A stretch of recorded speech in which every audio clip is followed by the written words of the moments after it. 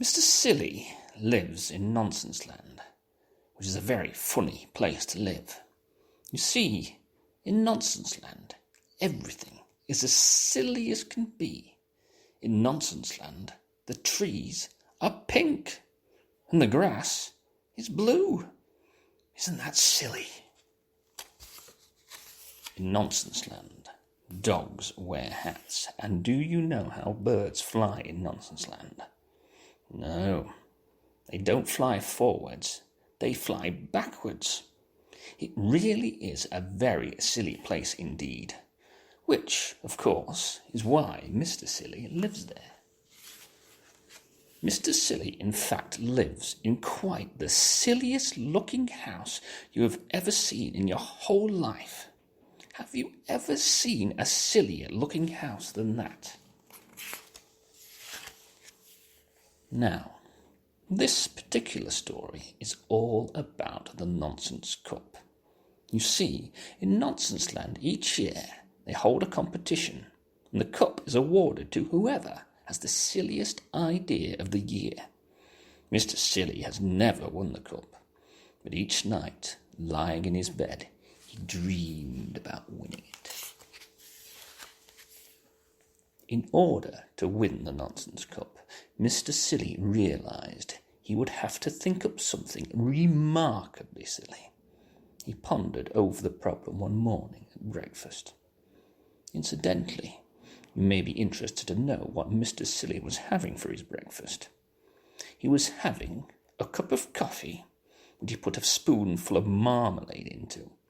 After that, he had a cornflake sandwich, and to finish, he had a boiled egg. But, being Mr. Silly, he ate the shell as well. Isn't that a silly breakfast? Anyway, this particular breakfast time, Mr. Silly was thinking about how to win that cup. He remembered that 2 years ago the cup was won by Mr. Ridiculous. He won by wallpapering his house. It sounds very ordinary, but in fact, Mr. Ridiculous had wallpapered the outside of his house. And Mr. Silly remembered last year when Mr. Foolish had won the cup. Mr. Foolish, who was a friend of Mr. Silly's, had won the cup by inventing a car. It was quite a normal car, apart from one thing. It had square wheels. Isn't that silly? Mr. Silly thought and thought and thought, but it was no good. He even had another cup of coffee with marmalade, but that didn't help either. And so he decided to take a walk. Off he went, leaving his front door open so that he wouldn't have burglars when he was out. On his walk, Mr. Silly met a chicken, wearing Wellington boots and carrying an umbrella. Wouldn't it be silly if you didn't wear Wellington boots and carried an umbrella? He said to the chicken. Meow, said the chicken. Those animals in Nonsense Land don't make the same noises they do in your country. On his walk, Mr. Silly met a worm, wearing a top hat, a monocle, and an old-school tie. Wouldn't it be silly if you didn't wear a top hat, a monocle, and an old-school tie? He said to the worm. Quack, quack, said the worm. Next, Mr. Silly met a pig, wearing trousers and a bowler hat. Wouldn't it be silly if you didn't wear trousers and a bowler hat? Said the pig. Moo, said the pig. Oh, very silly. It was in the middle of Mr. Silly's walk that he had his idea. It was a beautifully silly idea, quite the silliest idea he'd ever had. He hurried into town and bought himself a pot of paint and a paintbrush. The day of the great awarding of the Nonsense Cup arrived. A huge crowd assembled in the city square to see who was going to win the cup. The king of Nonsense Land mounted the specially built platform. "Ladies and gentlemen," he said to the crowd in the city square, "it is my pleasure today to award the Nonsense Cup to whoever has had the silliest idea of the year." "One of the silliest ideas of the year," continued the king, "is by Mr. Muddle, the farmer.